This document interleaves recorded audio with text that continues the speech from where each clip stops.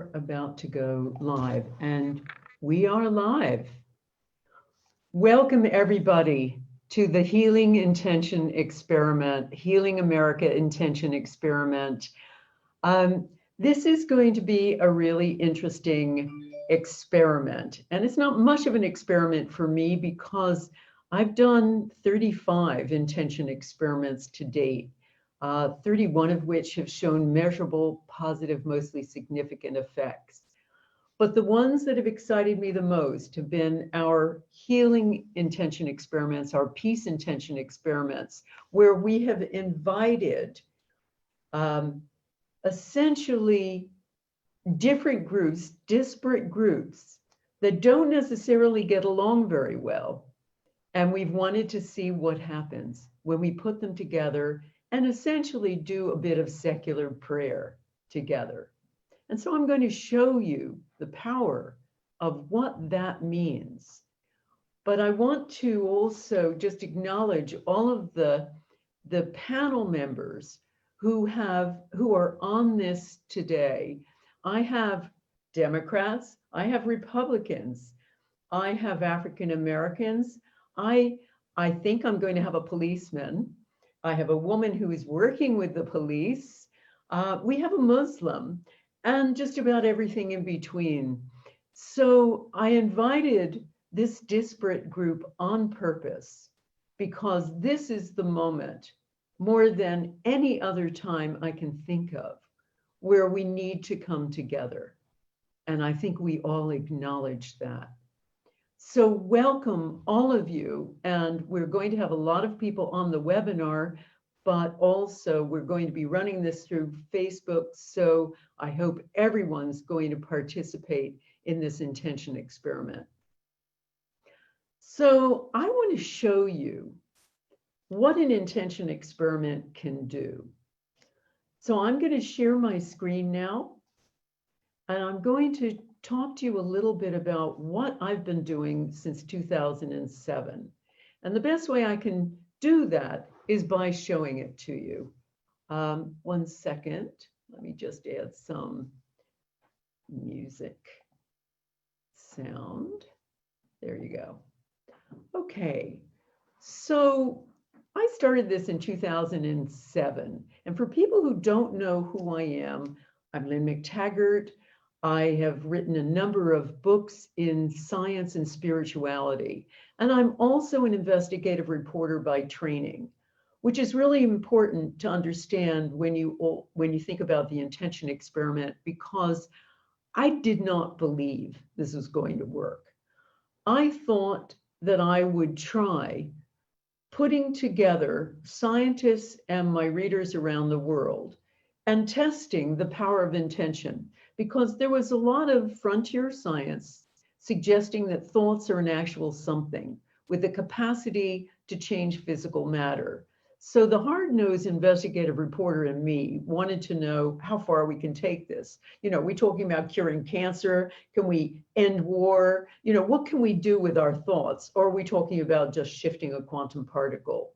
So I started out doing very simple intention experiments, trying to make seeds grow faster or purify water, move it over a little bit on the pH scale.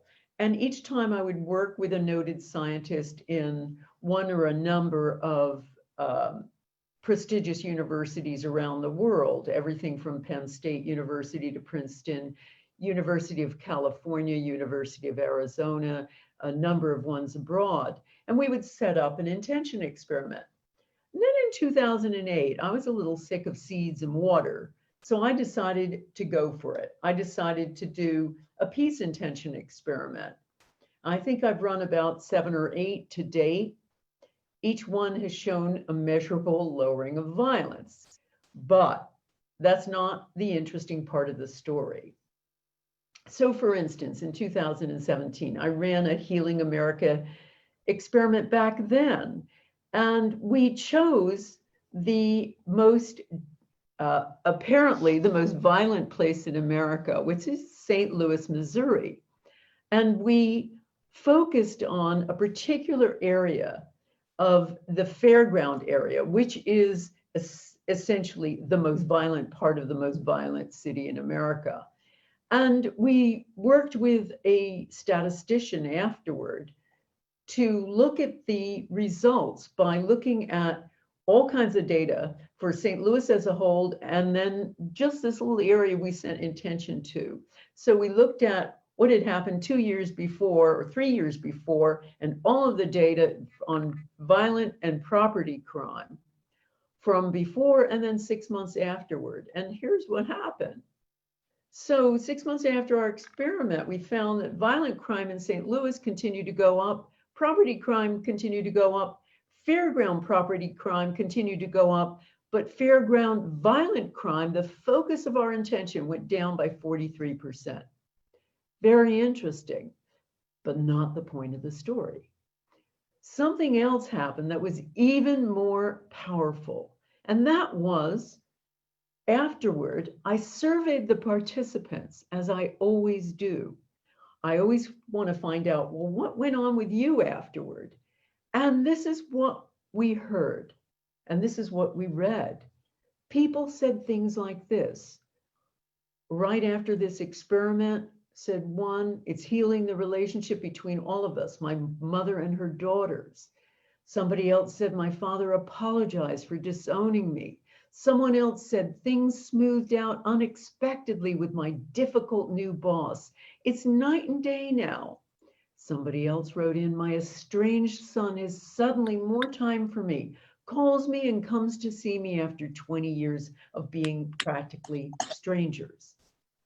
So this sort of thing started giving me a big idea. You know, I started looking at what happened to people too in their health issues.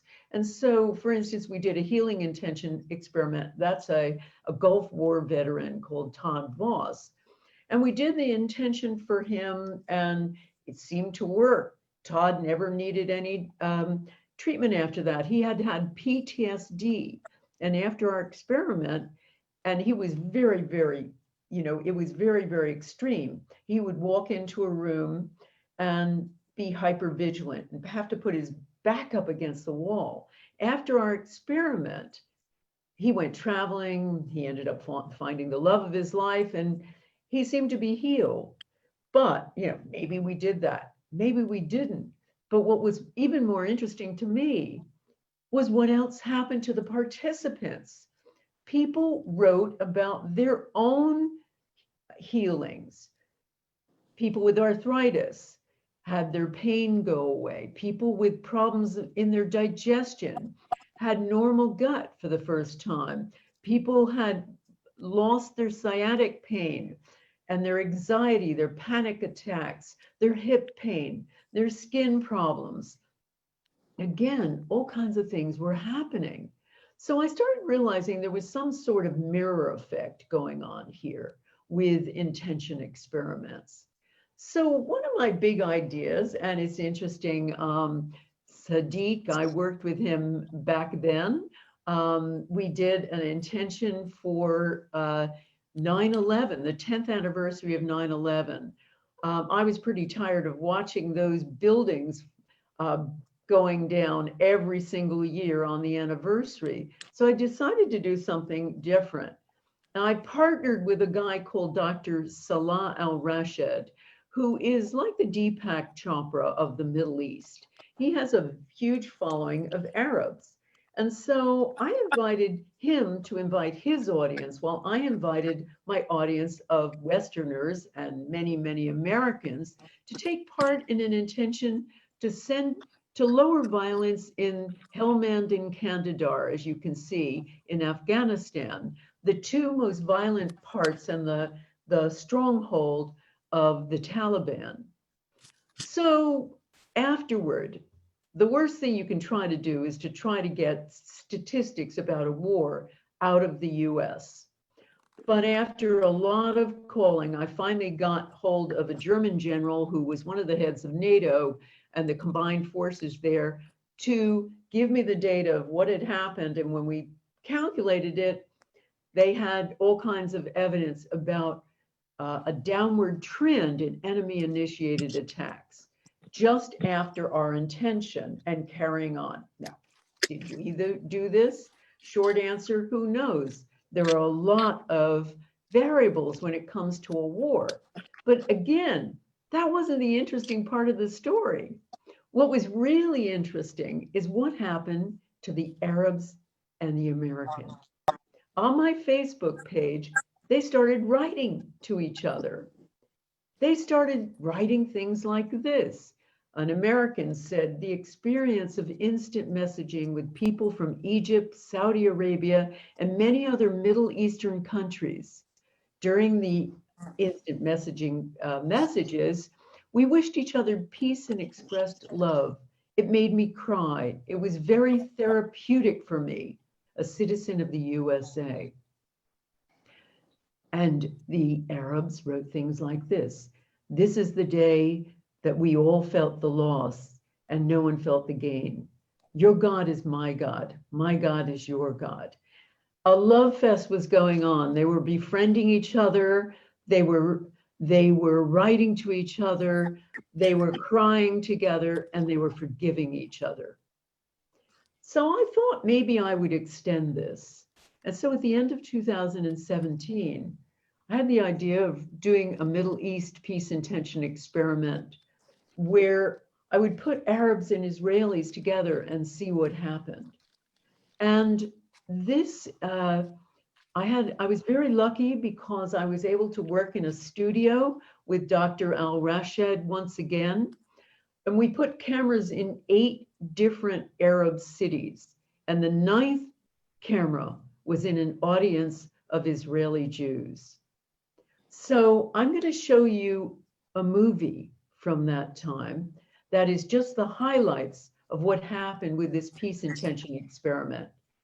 Now, we sent intention to Jerusalem because it was and Damascus Gate, because it was the scene of a lot of excess violence at the time. So we sent an intention to lower violence there, which was a really important thing to do because Jerusalem, of course, belongs to 3 different religions. And so I thought maybe this would be a symbolic way to bring these 2 polarized communities together.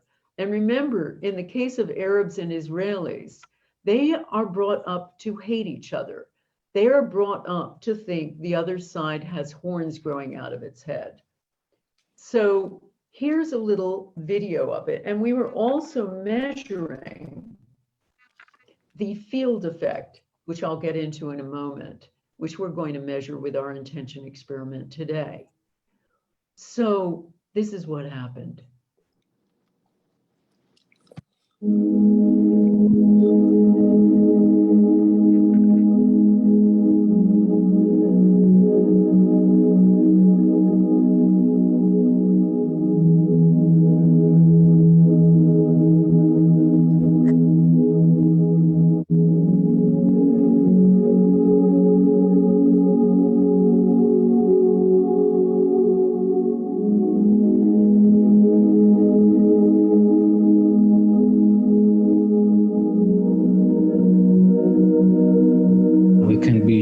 Christians, Muslims, Buddhists, we can be Arabs, Israelis, Americans, Europeans, Chinese, whatever we are. Now we're all coming together to form this change that we've been looking for a long time, and this is the time. And it's always, if we don't do it, then who's gonna do it? And if we don't do it now, then when are we going to do it? So we're not going to leave it for the politician.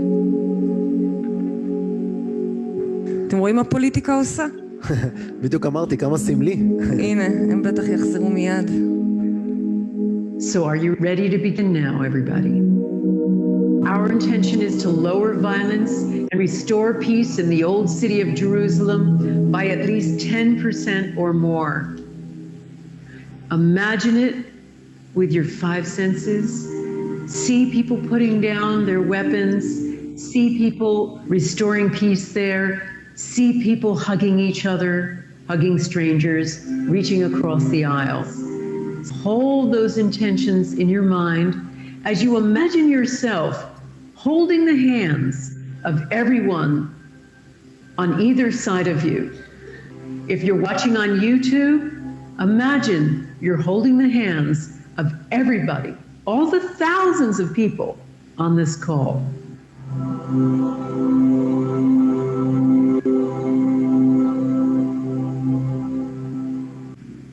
Can you feel the connection?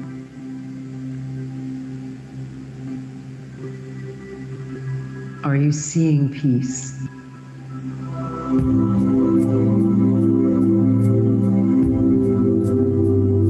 We have someone from Amman. This amazing experience. We all here crying at the room, our tears falling down.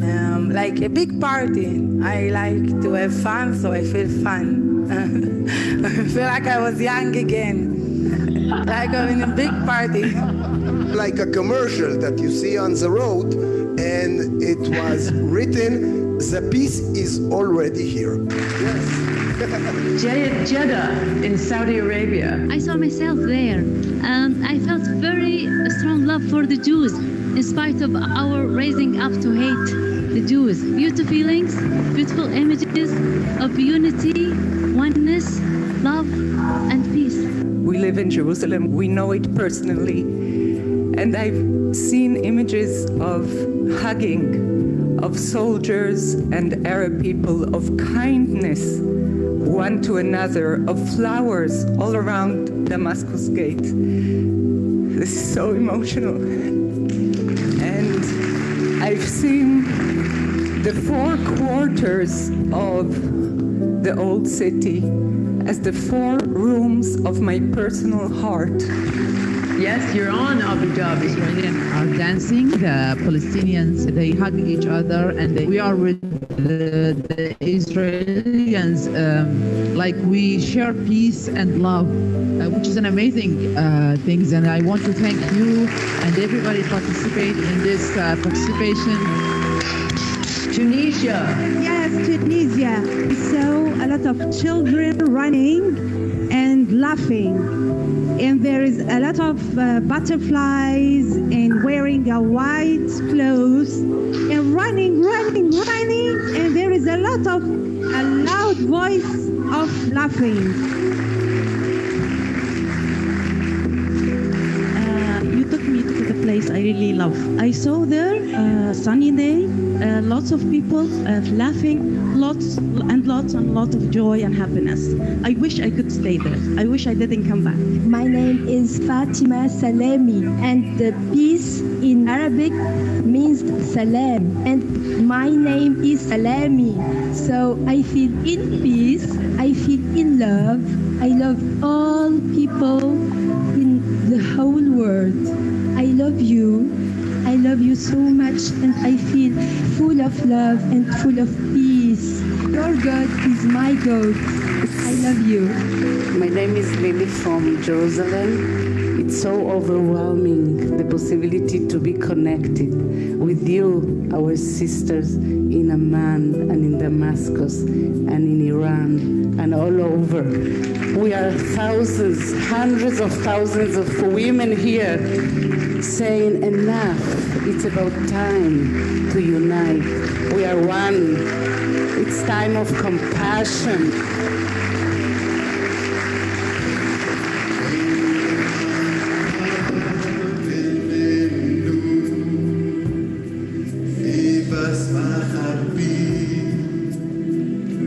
You can sing both, come.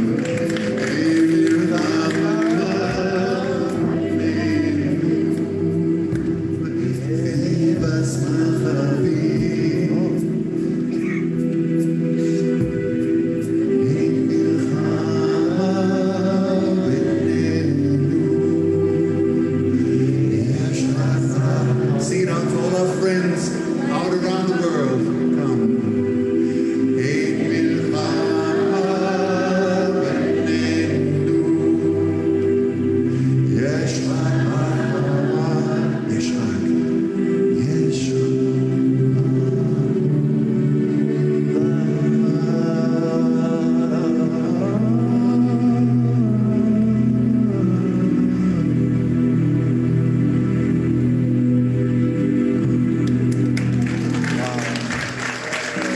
you.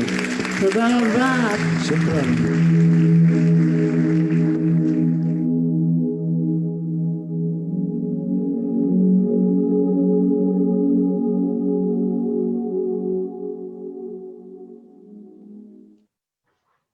So before we do our own experiment, bringing people together from both sides of the aisle, I wanted you to understand a little bit about why this works. Why are participants so affected? Because I started realizing that the target was basically immaterial. It didn't matter what we were focusing on. What was more important was the whole idea of us coming together like that. And after that Israeli-Arab experiment, it went hugely viral and all over the Middle East. There was all kinds of press and viral stuff on social media about how maybe little events like that can cause big, big changes, huge ripples that change individual hearts that carry on one to the other, that ultimately change politics, something that may work better than the best diplomats, the best politicians.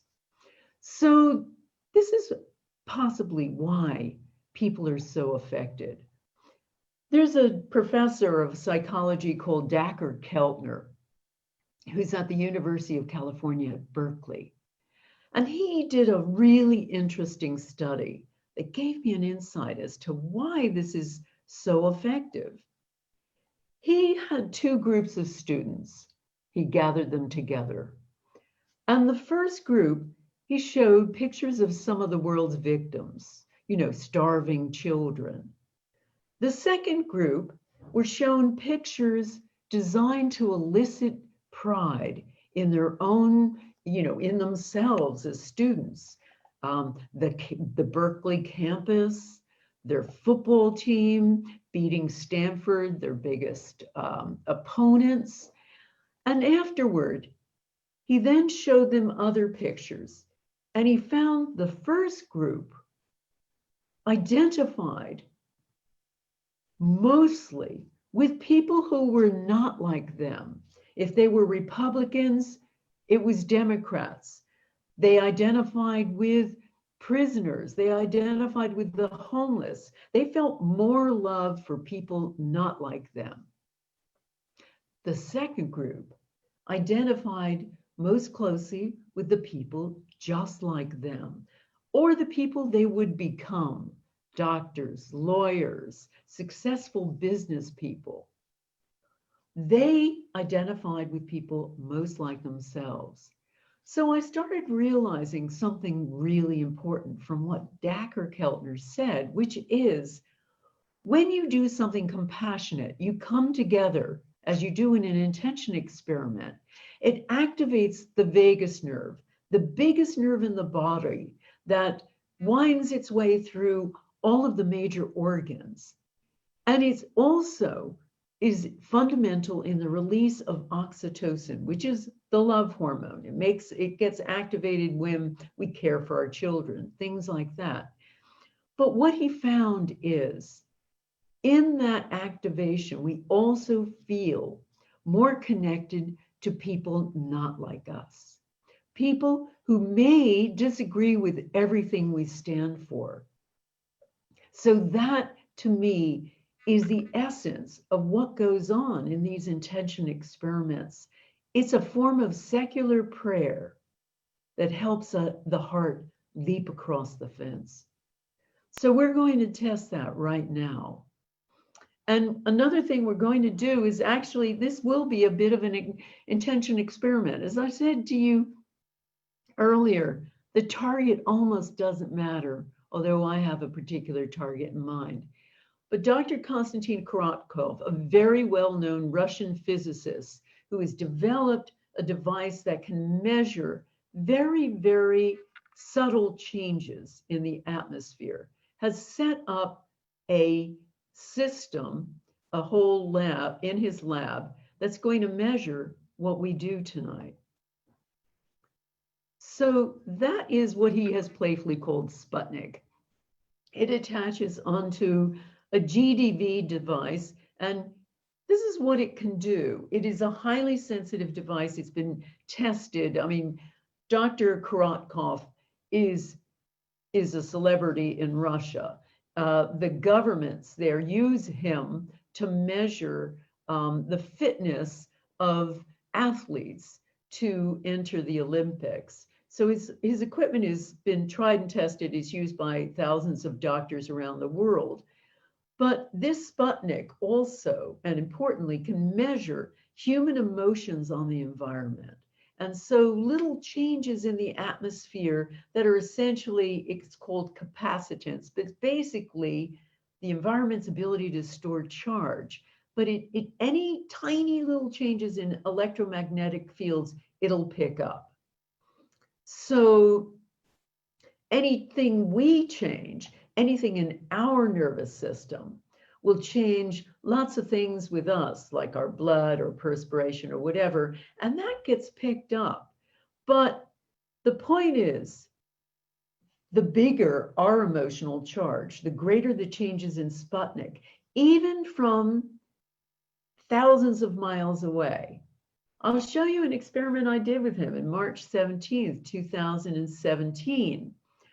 I was with an audience in Florida, in Miami, Florida, and we sent intention to water in Russia, in St. Petersburg, Russia, where this setup was in place. And afterward, Dr. Korotkov didn't know when we were sending our intention, but if you can see that little red bar, that's when we sent intention to the water. There was a giant, giant change just at that 10-minute window. So we're going to measure what we do today with his equipment too. And we did the same thing with Beirut when I did an intention experiment this summer. We did an intention to try to increase the aid going to Beirut after that explosion. So I surveyed people afterward, and I found that just as with Israel, people felt more love for everyone they come into contact with. People were getting along more with people not like them. People were getting along better with strangers. Essentially, they were hugging strangers. And people wrote things like this in our survey. I have more compassion when I interact with others. Relationships have improved. My listening skills have improved. I don't react when someone says something I disagree with. In this little intention, in this 10-minute experience, it seems it opens the heart and allows it to cross over the fence. And when we did this, when we measured it afterward with Korotkov's equipment, you can see it with the bar down there, there was a big change once again. My people were all around the world. His equipment was with Russia, but somehow that little intention was essentially a feather on the breath of God. Somehow it got picked up, even in Russia. So our intention today is a pretty obvious one. We need for Washington, D.C. to be immediately free of all turbulent and violent protest and rioting and unrest from today and during the inauguration. But also, I want you to hold this intention for the hearts of all Americans to be healed toward each other, most of all. So I want you, as I'm going to hold on to this in a moment, and we're going to do this for 10 minutes together. As we hold on to this intention, our intention for Washington, D.C. to be immediately free of all turbulent and violent protest and rioting and unrest from today and during the inauguration, and for the hearts of all Americans to be healed toward each other. So keep that image of the Capitol in your minds. But also, while we do this, because we're going to measure our effect, I want you to also focus on Dr. Korotkov's equipment so that we see whether or not our intention can change the field as we've seen it do so many times before. So are you ready, everyone? Let's take a deep inhale together. This is everybody on our webinar and everybody out there on Facebook listening to this now. Let's take a deep inhale together and a deep exhale. A deep inhale, a deep exhale, a deep inhale. And now on the exhalation, I want you to focus on Washington, D.C., but also have a look every so often at this image. But here is our intention. Our intention is for Washington, D.C. to be immediately free of all turbulent and violent protest and rioting and unrest from today and during the inauguration, and for the hearts of all Americans to be healed toward each other. Let's bring that down to our hearts and send it out. And I'm going to play a little music while we do this together. So take a deep inhale and exhale and send out that intention.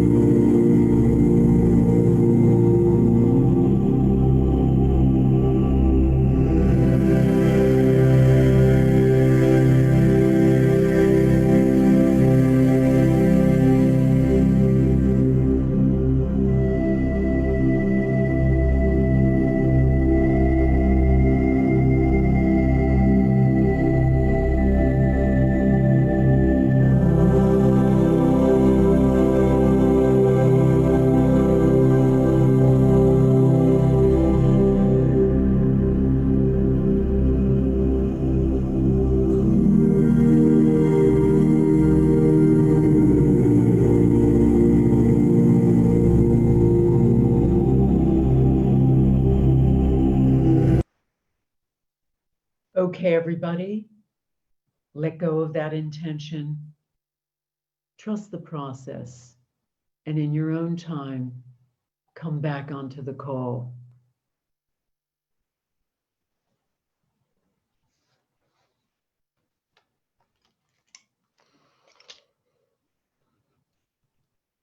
So I would love to hear from my panel members now.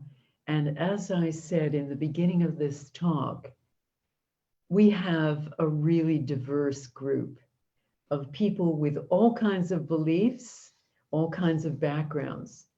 And so I would love to hear from each of you a very short piece about how you feel now, and particularly how it was for you and what you feel about the others, the other side.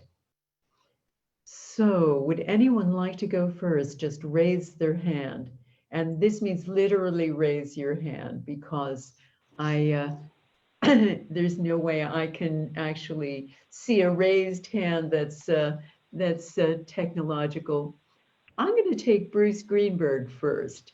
So Bruce, you're a Republican who was quite close to John McCain, the late senator.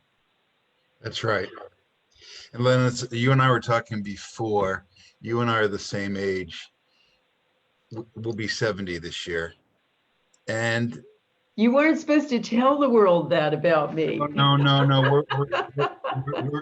We are dinosaurs of the good kind. Yeah. But I think about my first 18 years of life and thinking that I'm probably in my last 18 years of life, the golden years. And, you know, you and I grew up through the Cuba crisis, the Russian missiles, getting under our desks and being in bomb shelters.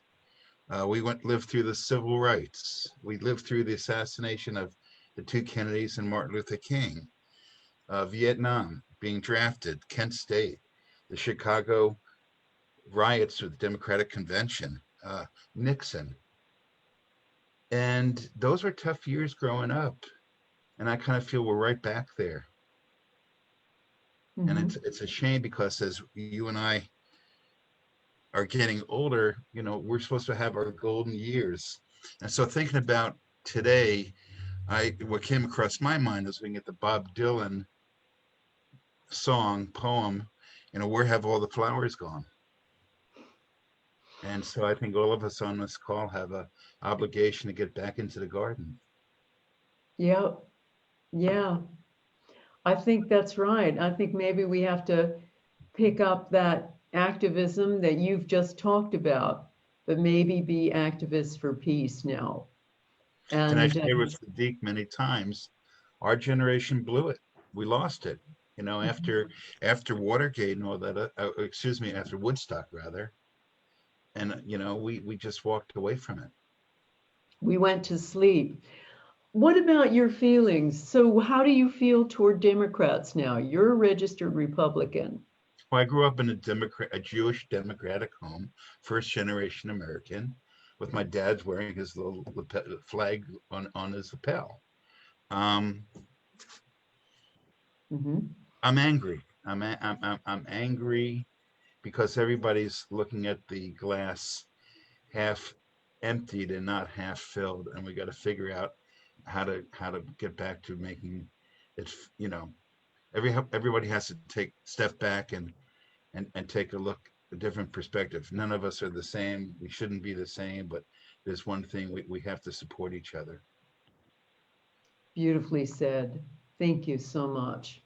That is absolutely right. You know, e pluribus unum. Okay, out of many, one. Right, who else would like to speak?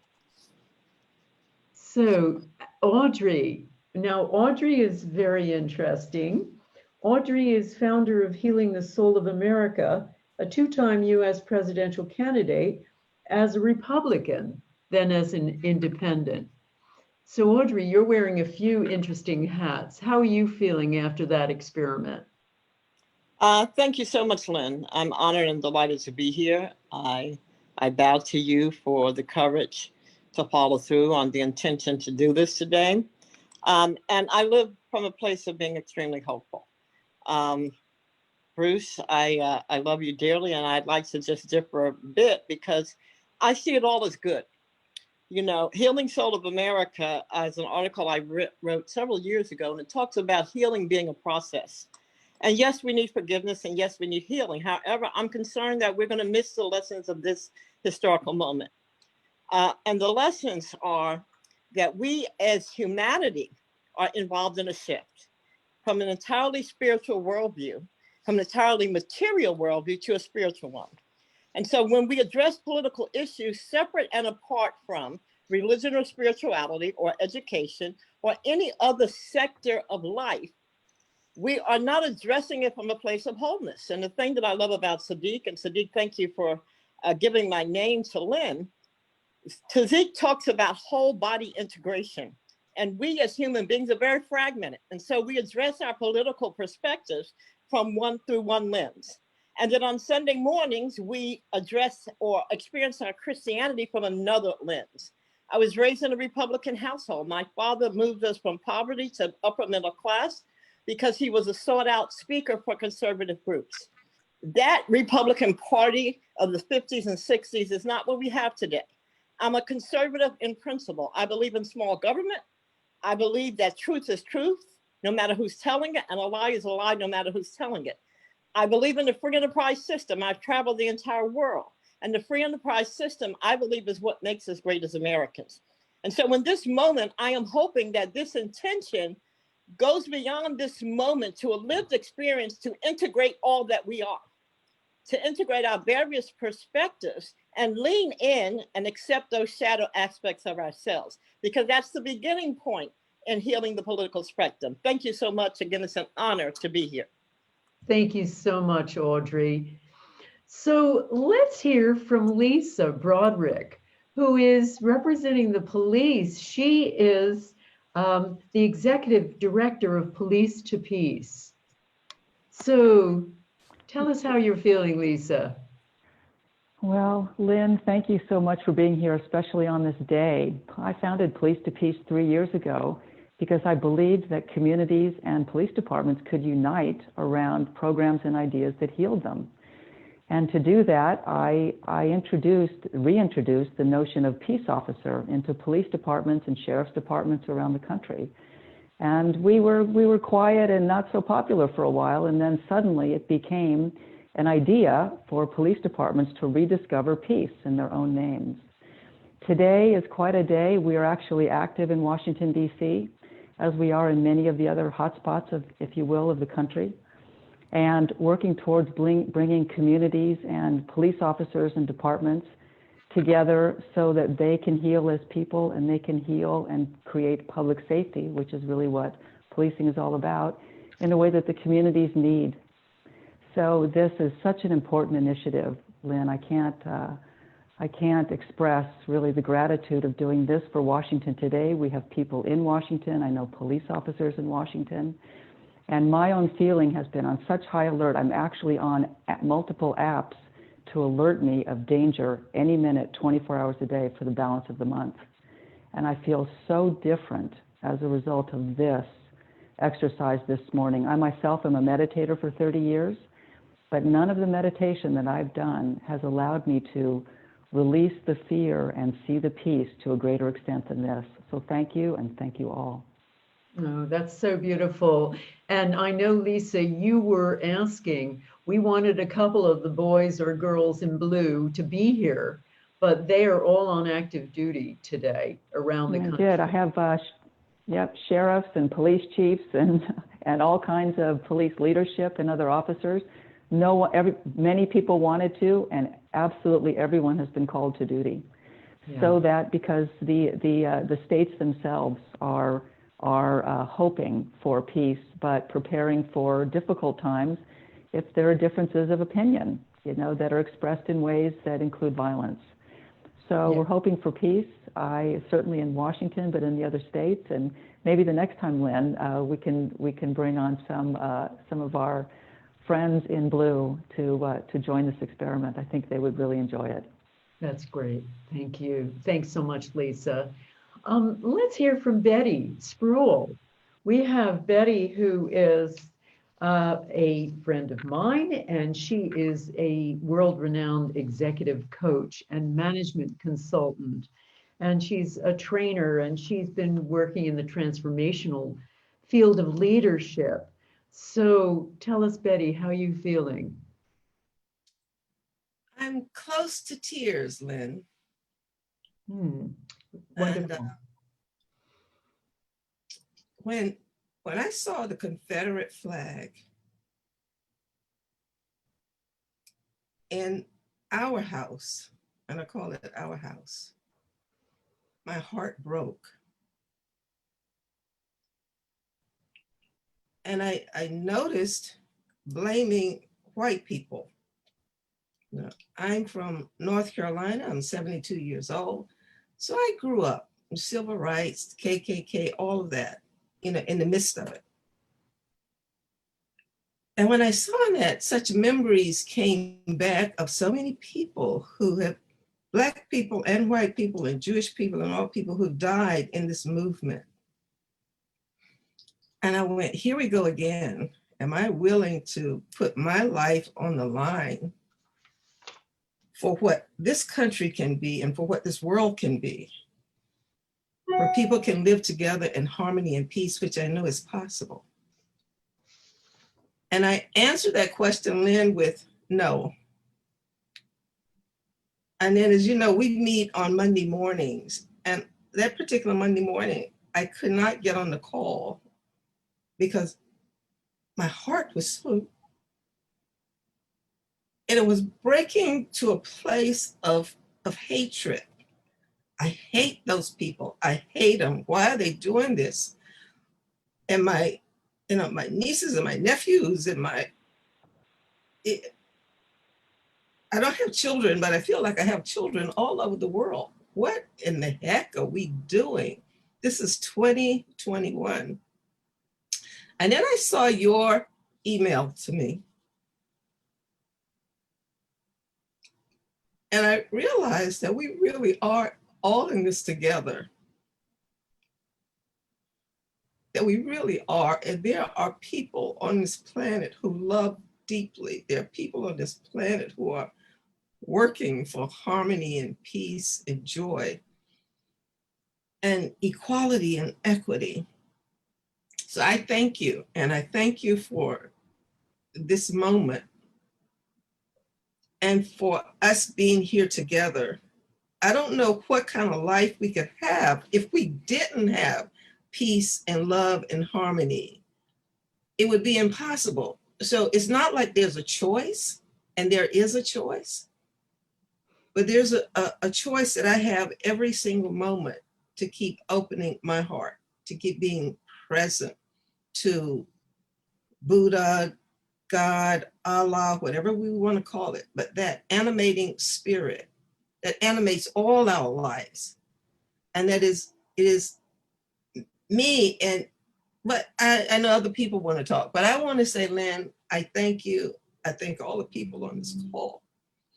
And I want to, something that Lisa said, we are in dangerous times for life for all people on this planet, for this planet itself, the planet to be here, but for the quality of our lives. And that with us working together, maybe not even knowing each other's names, but we know that there is a level of consciousness and awareness and care that transcends all this other stuff, but we have to live it. We have to show it. So I thank you, Lynn.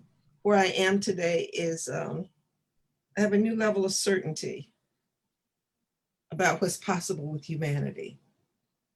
And I thank everyone who's here.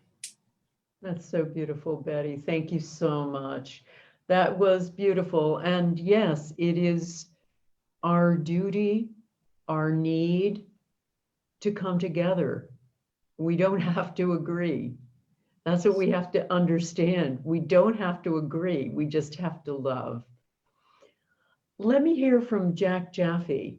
Now, Jack is a Republican, and he is a Power of 8 group member too, which is the thing I do by putting people into small groups of 8. Because what I've found is group intention is powerful on a very small level and also a very, very big level. So tell us, Jack, tell us how you're feeling. You just need to unmute yourself. How to unmute myself. There you go. So I'm feeling great. There's a lightness to my energy, an expansiveness that I'm feeling, an intensification of hope that I'm feeling. I'm actually a conspiracy theorist. I am incredibly dissatisfied. Do not trust the news media, the government, the big companies. I feel that the values and the integrity that I grew up with has been not replaced, but it's become so much more to the surface of how apparent the lack of integrity is in so many people in the world. And there's this disappointment that the values of kindness and care and taking care of each other and doing the right thing is depleted. It's a different world. And I used to wish for the good old days. And it's dawned on me that these are the good old days of future generations, that what was will never come back again. It's ridiculous to look at the past and think that we're going to go back there. There is no such thing as going back. And so we're starting from this place of tremendous challenge, tremendous diversity, people being judged, okay, for how they were brought up 30 and 40 years ago, which has changed now. So the patriarchy of now is a more positive thing. But the patriarchy of 40 years ago was abusive to women. And so the way of being and growing, the necessity to change and come into the present now is huge. And people are still stuck in who they've been, trying to bring the past into the present. So this is bringing me hope that we can create a new starting place from here. And then from here, bring our values, not from the past, but from the present, and start to deepen what's happening in ourselves first, and then in the world. And again, we are the change we want to see.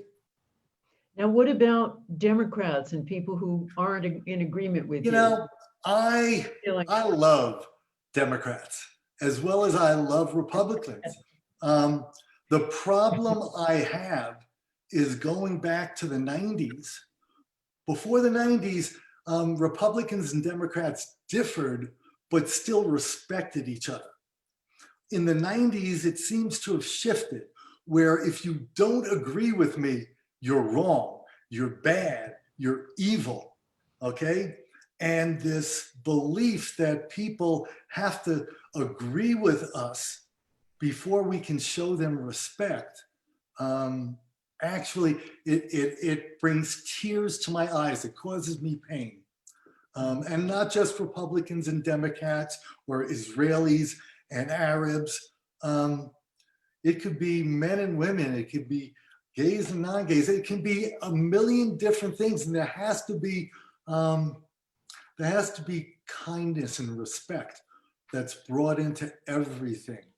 The lack of respect between Democrats and Republicans is going to destroy this country and the world if we can't change it.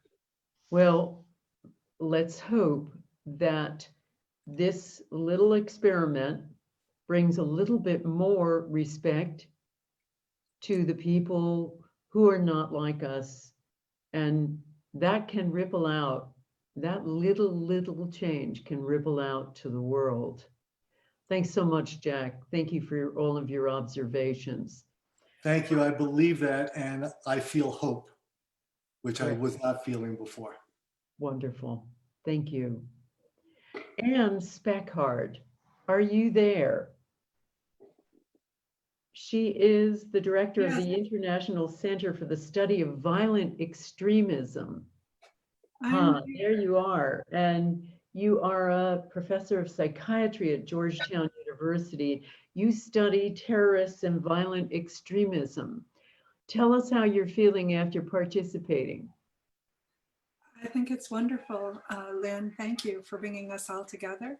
I'm from a faith tradition that says when two or more come together to pray, that God is in their midst, and I believe that. So we were more than 2 or 3 today, and it was very beautiful to pray with all of you and to pray for peace, light, love, and calm, and harmony and balance in our capital. And I definitely felt that energy moving between us, among us, through us. And I wait to see the effects, or maybe we should claim them that they already are. And it's a privilege to be here. Thank you. Thank you. Thank you. Now let's hear from Jessie Morton. So Jessie is a Muslim and senior researcher and practitioner at the International Center for the Study of Violent Extremism. Jessie, tell us how you're feeling. Thank you for having me. That was very pleasurable. I actually work with Anne, and I'm a former jihadist. So I have undergone a period of transformation in my life where I used to be a violent extremist and have come out of the movement.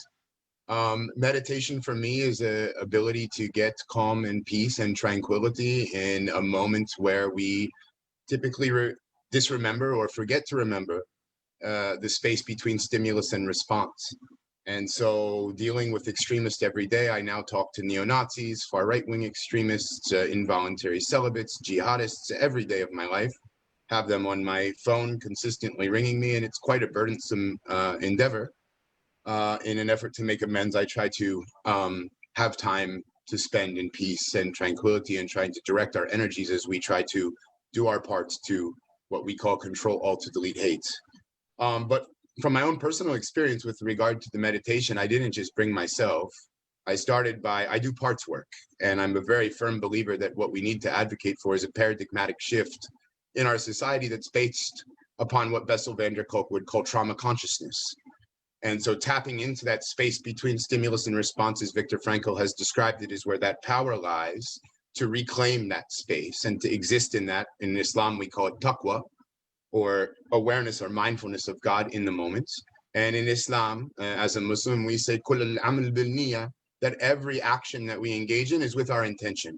So setting out the intention to advocate for peace and to disseminate it throughout in accordance with the meditation was pleasurable for me, because I brought little baby Jesse, the little child who was abused by his mother and who ran away scared, into a table around with me. And then I also placed beside him little teenage Jesse, who believes that mischievous is and pursuing our own pleasures might be a best way to cope with the fact that we live in a distrustful and a mistrustful world. And I saw them enjoying the meditation. And then I brought all of the extremists that I've worked with over the past couple of years, no matter what level of extremism they exist in, around that table, and put them beside us too. The ones that didn't work, the ones where the intervention was not effective, and where we suffer from thinking about what they're up to now and where they might be. And we put them down at the table too. And then I tried to extend that to everybody that was in the room. And it was very pleasurable, because what I experienced in my own visual meditation was an awareness that we do have an opportunity in this crisis, as the Chinese would put it. We do have an opportunity to come together and to look at troubling times if we can get over the fear. And we can understand that in this space of between stimulus and response lies empowerment, and that we can really elevate above, and that if we can put forth energy that creates collective consciousness, and we can create what I would call a parallel network, where we have energies that are going about that are elevating and attacking a problem at a higher order of consciousness than that which creates it, then it is time to be hopeful, and it is a time to value and to nourish those other parts of myself that need to get nourished by the work that I do to make amends, and by the work that everyone here does to make amends. And so it's nice to sit in a space where you're not surrounded by the uncertainties that face us all these days, and to sit in a space of comfort and to visualize the fact that the energy that you put out is energy that in a collective nature can have exponential growth and ultimately could lead us to a state where we take a next shift in the way that we construct our societies, and where peace and healing can truly begin, because I think that's the only way we can get out of this. But I do believe that at the end of this troubling, challenging time, that's the direction that we'll all start to head. So I'm honored to be included, and it was very fulfilling to experience inside of myself. And little baby Jesse and teenage Jesse say thank you as well. Thanks. I love that. Thank you, Jesse. What about Mike Murphy? Can we hear from you? Yeah, hi, Lynn, how are you? Hi, how you doing? Nice to meet you. It's the first time we've ever met, but for me, it's like meeting an old friend, having listened to the Field audio version about 5 times in my life. So your voice has always been very comforting to me. Thank you very much. Can you tell everybody who you are? Well, I'm an author. I wrote the book, The Creation Frequency. I'm a business person. I live here in Palm Springs, California, also Medellin, Colombia. I have a nonprofit foundation. We support women below the poverty line while they battle cancer. We're building a healing retreat center in Medellin, Colombia to further that work and get them out of Western medicine and into a more natural healing environment. So, that's who I am. I enjoyed the meditation. I felt much better at the end of that because we were connecting. And when we're connected, we feel better. And that's the great illusion. You know, I struggled initially the way the intention was written. So I had to rewrite it to get through my conscious mind and into my subconscious mind and into my heart. And that was where my struggle was. Because when you look at Washington, D.C., what happened January 6th, what's happened for the last 100 years, perhaps, but January 6th specifically, and what's there now? 30,000 troops, fences everywhere. But I've seen video people say, hey, it's super peaceful here right now, and there's no traffic, and I can jog, and it's saying, so everybody has a different perspective where they're coming from, what their programming is, and so the problem is not us, we the people. We are divided. There's no question about that, but that's the illusion, because we're really connected. And the people that are dividing us are the government, are the ruling elite, are the people with money, as the gentleman mentioned earlier. You know, the problem's the government and the institutions and the systems. And that's the bad news. It's also the good news, because right before, oops, is that me? Oh, it's my wife. Right before our very eyes, these systems are being destructed. They're being exposed. We're seeing the corruption. So that's good and bad. The bad is it's frightening, it's scary, and people are becoming unglued, frankly. And forget, you know, we have these other crises, COVID-19, blah, blah, blah, blah, blah. And the economies of the world are getting ready to collapse. So we have a lot of in the physical world, we have a lot of problems. The system is breaking, and that's good news. But what takes its place, that's kind of a spiritual problem. And that's the beautiful thing about today's work. Because if we can move from our head to our heart, our programming that they programmed for their agenda, and move into our heart, you know, in your earlier video, you showed people, Arabs loving Jews, Christians, everybody came together because the people are not the problem. Okay, it's the governments, it's the ruling elite, and they control the governments, they control the media, and they therefore control the narrative, and therefore they're masters of using that to divide us so they can conquer us.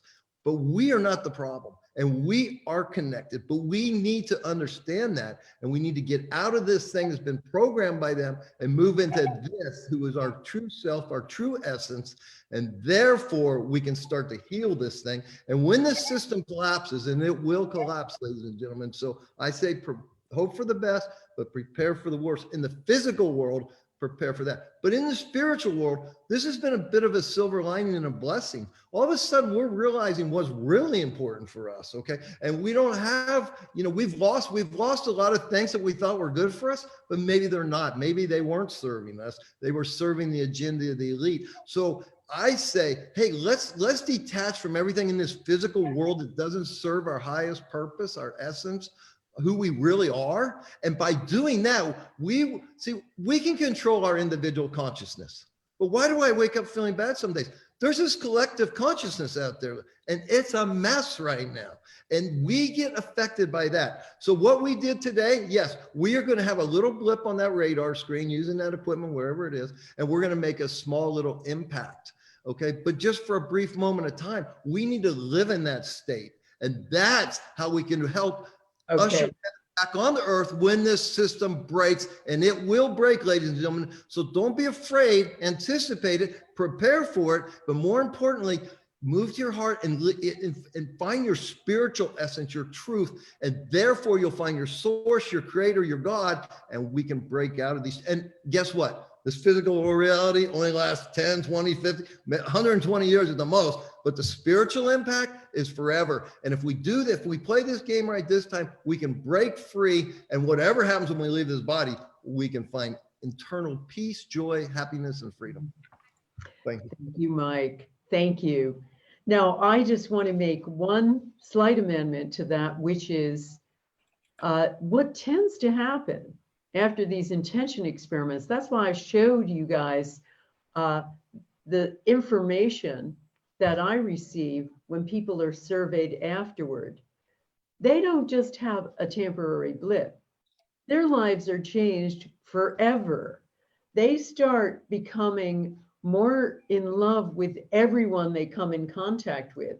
They make up with estranged partners, estranged relatives. They get along better with their bosses and their coworkers. They're hugging strangers out there. And so if we can do a little 10-minute thing like this, coming together, you know, if Arabs and Jews, who when I first put that experiment together, I could barely have them speak to each other. They were not, the people who were organizing both sides were barely speaking to each other. I had to be an intermediary.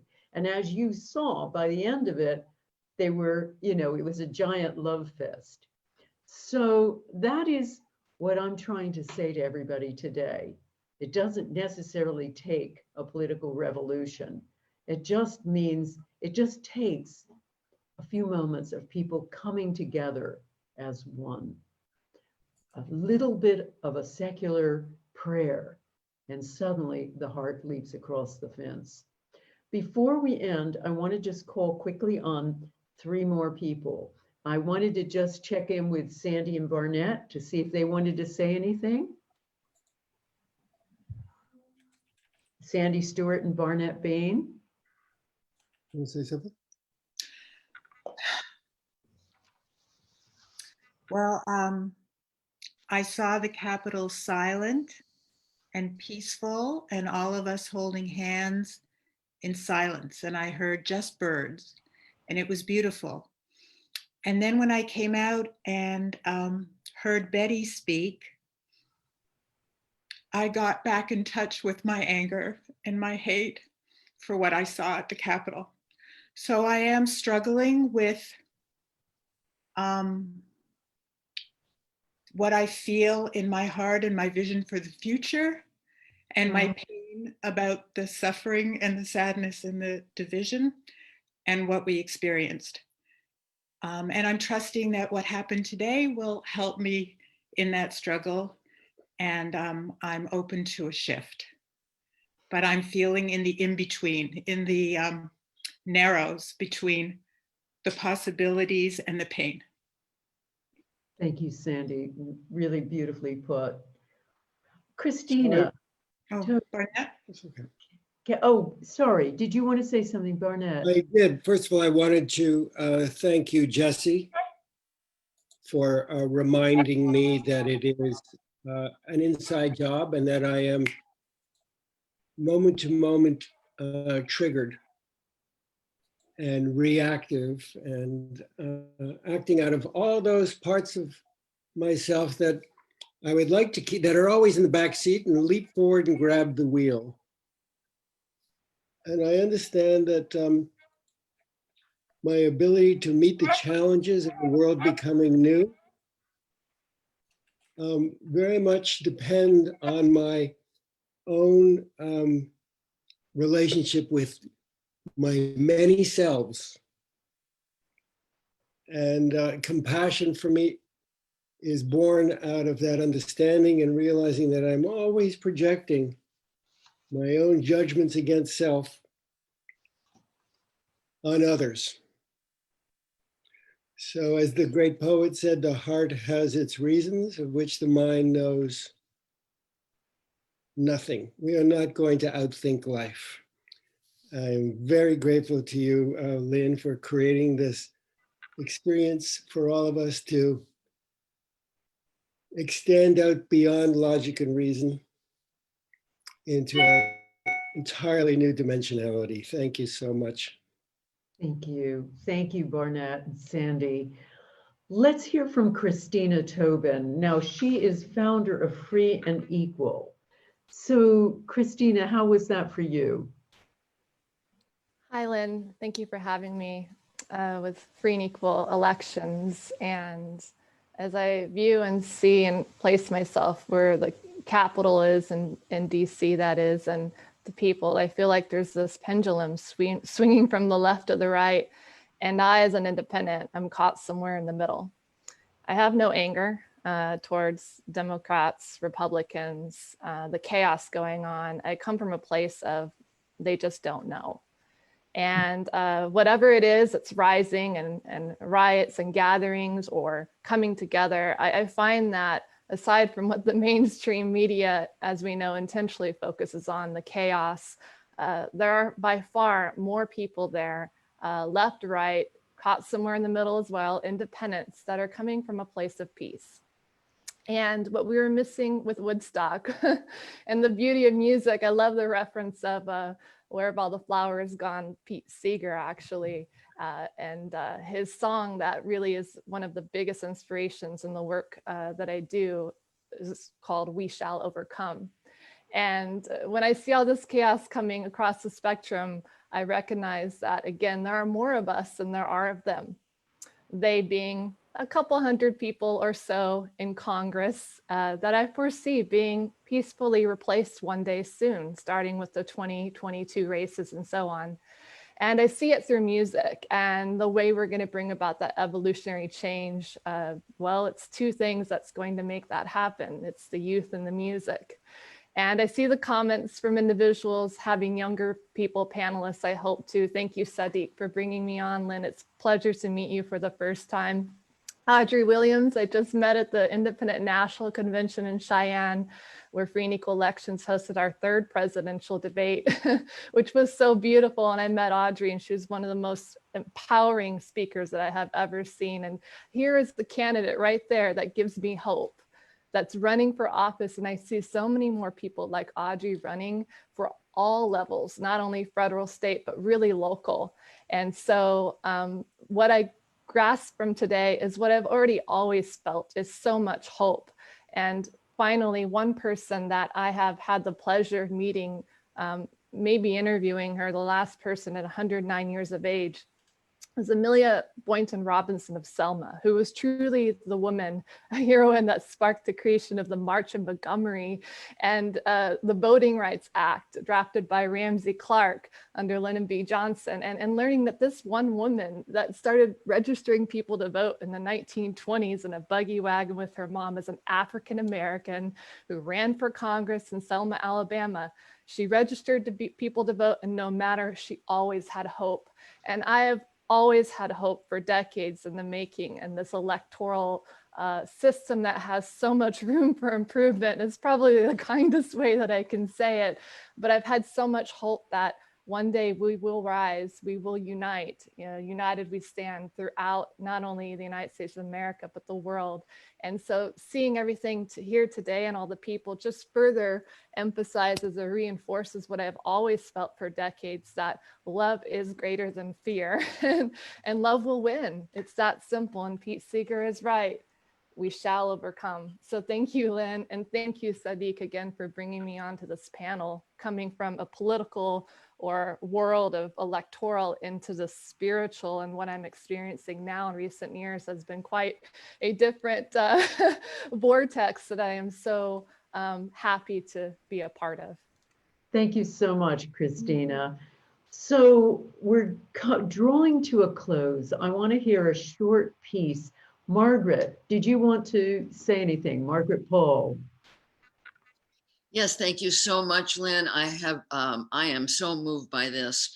And Mike and Jesse, I know that what you're saying about tuning into who we really are, tuning into our true self, our true essence, is what needs to happen. Because if we think we're our ego, if we think we're our woundedness, we're going to project that out onto other people. But when we get to know who we really are and our true self, that we are love, that we are truth, that we are spiritual beings.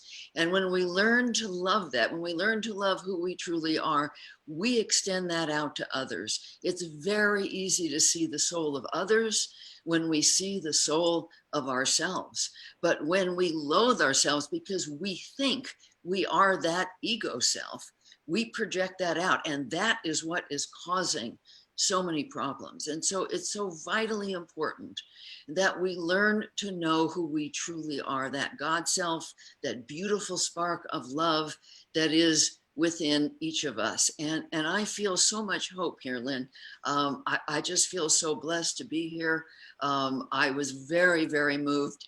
And the image that I had was at the end of Wonder Woman, where the Ares, the god of war, is destroyed, and everybody who hated each other woke up and they looked around and they said, what have I been doing? It's like they woke up. And what I saw at the Capitol was them waking up and walking away and saying, what was I doing? And I saw that all over, hearts opening, hearts healing. This is what has to happen. And Betty, thank you so much for your heartfelt words. They moved me deeply. Fabulous. So I'm going to ask, thank you so much, Margaret. I'd like Sadiq to now just talk about, by the way, Earthwalk partnered with me in this broadcast. We talked about doing an intention experiment for peace and bringing together polarized communities some months ago. So Sadiq, if you could just, you're going to have to pronounce your last name for me, but if you could tell them all about what Earthwalk is planning for healing polarization in the coming months, that would be great. Yeah, and thank you, Lynn. It's good to be here. Good to be here with all of you, those who are speaking in the space, and then also those who are watching with us. Really quickly, before I actually share though, one of the panelists, Rashida Echo, wasn't able to get on. She's the founder of the campaign, the Compassion Campaign. So I have her on the cell phone right now. She wanted to share something really quickly. So before I go, I just want to give her the space. Are you here, Echo?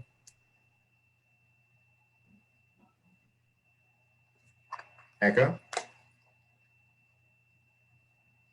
Hello, can you hear me? Yeah, we can hear you. Can you hear me? Yes. Mm-hmm. Okay, because I can see everyone. My screen is on Mike Murphy, Sandy, and Jesse Morton. Can you guys hear me? Yeah, we can. That'll let me know if everyone else can hear me. Okay, great. Thank you. I've been on the meeting ever since it started, and I kept logging out and coming back on and logging out and coming back on. I'm actually in Miami airport on vacation and on my way headed back to Atlanta. There's so many things to piggyback on. As Sadiq stated, that I have an organization called the Compassion Campaign. It's a nonprofit organization. Please forgive me because we're going to hear airport stuff. My position is more so the millennials versus everybody else. And where I feel like we were left off. And in the beginning of the conversation, the gentleman who was speaking was Lynn. And I'd first like to say, Miss Lynn, this is my first time meeting you informally, but thank you for Sadiq, for Miss Audrey, for wanting to include as many different people from the different sides of the tracks as possible, just to get our insight on everything that's going on. I am originally born and raised from Washington, D.C. I was also born and raised Muslim and converted because of my reasons I converted. I stand in the gap of so many different places. I stand for so many different people. But what I want to say for us right now, as far as healing and the millennials healing, I think that there should be several more intentional experiments such as this, because the millennials are kind of godless. It's a godless generation. Nobody believes in God. Nobody prays. Nobody does anything. I got up this morning to see the sunrise so I could meditate with the sun rising for this particular experiment, and for all of us who will be a part of this experiment. And it was a little surreal. It was something that I felt, and the shift that is coming from what happened at the Capitol, that to me just signifies the shift that's coming. And it's a beautiful shift. And some things may get worse before they get better, but we need to bridge every single gap from every generation and every other race and ethnicity that wants to be involved. And when I think about what's going on right now, I just think of the old song from the Coca-Cola commercial. I like to teach the world to sing in perfect harmony. Like, I want that for us. And so that's what I'm going to continue to work on. And I don't want to take up too much time because there's a lot of people around me, but we'll speak more. I really just want to say thank you for having me be a part of this. I'm going to mute out. Thank you so much, Echo. That's beautiful.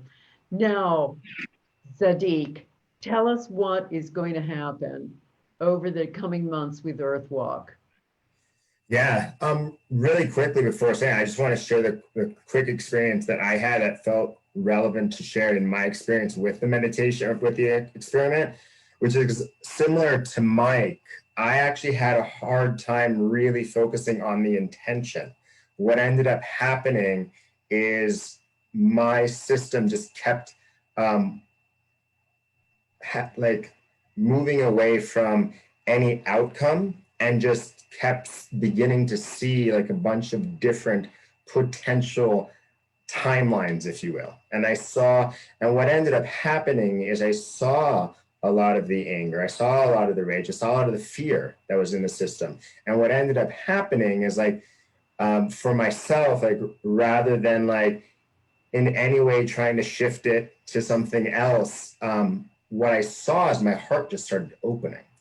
And I just started to see all the different experiences of hate. But then I saw underneath the hate was a bunch of people just wanting to be heard. And I don't know if you can tell in my voice right now, but my voice actually feels for me, I feel shaky, and I've kind of came to the call even shaky, and I can feel it in my system.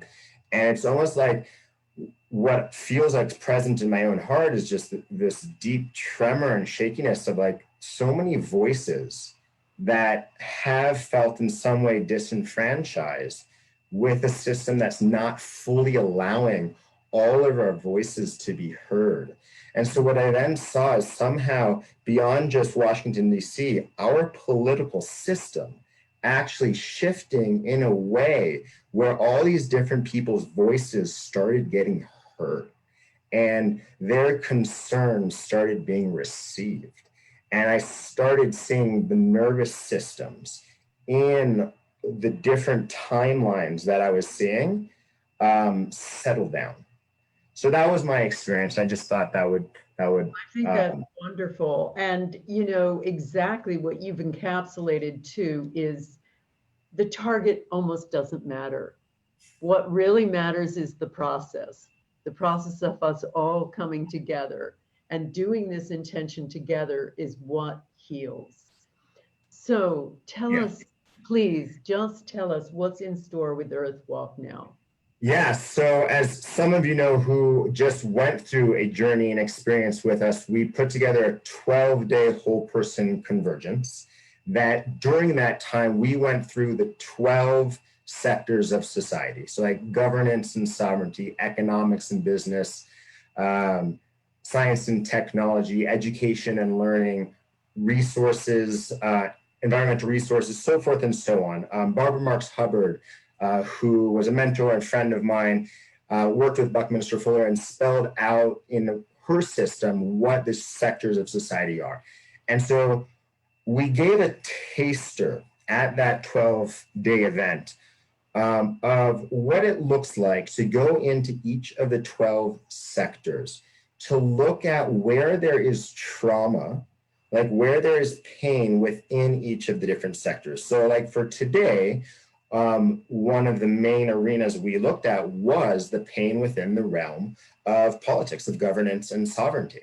And in the convergence, we then looked at these, but from a lens of how do we encircle that trauma with love for all parties involved? So similar to what really, you know, as Lynn, what you've mentioned a number of times, tends to come out of these types of experiences. Like our hearts tend to expand and we start to see all the different perspectives and come into a unified field. And so we're going to be doing the same thing. So in 6 months is actually what is currently on our trajectory, is we're going to do a 12 moon cycle journey through all 12 sectors of society. And we're going to start looking at the pain points. So we're going to start doing, we're going to bring 12 experts from each of the different arenas, and we're going to invite sacred conversation for how do we look at the pain points and work to encircle that with love so we can start working towards more healed outcomes. You can find information, not yet, so you can actually go to our website because it's 6 months from now, but you can go to our website at earthwalkunited.org. And go ahead and sign up onto our email address, and we'll be sending out information for that. But in the meantime, what we do have is a global tribe of peace tenders. It's called Tribe 333. So you can go onto the website, and this kind of work is what we're focusing on all the time. Is how do we, live truly within who we are, and allow you to live truly inside who you are. Because it's not about ending the polarity. The polarity doesn't ever end, but I can learn how to be in my end of the pole, and you can learn how to be in your end of the pole, and we can learn how to create magic together. So that's so great. That's so great, Zadik. And that is really the final point here, isn't it? It's about being okay when people aren't like us, when they don't necessarily agree with us, where we might disagree with everything they stand for, but we can still connect, we can still be together, and we can still be part of the United States together. And that is, there have been so many people on this call who are doing amazing work toward that end. So I want to thank you all for being part of this.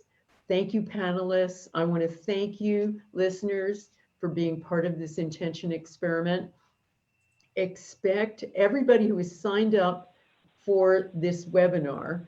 I actually am going to survey you. This is a true experiment. So I'm going to survey you and find out what happens to you in the days and weeks ahead.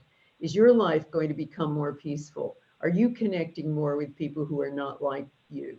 Tell me, and I will give back that information for anyone who signed up on the webinar. we will provide that information. Anybody else who has been listening on live Facebook will be providing information. So stay tuned, go to my Facebook page, and you'll get information about how to take part in the survey and how to find out the results.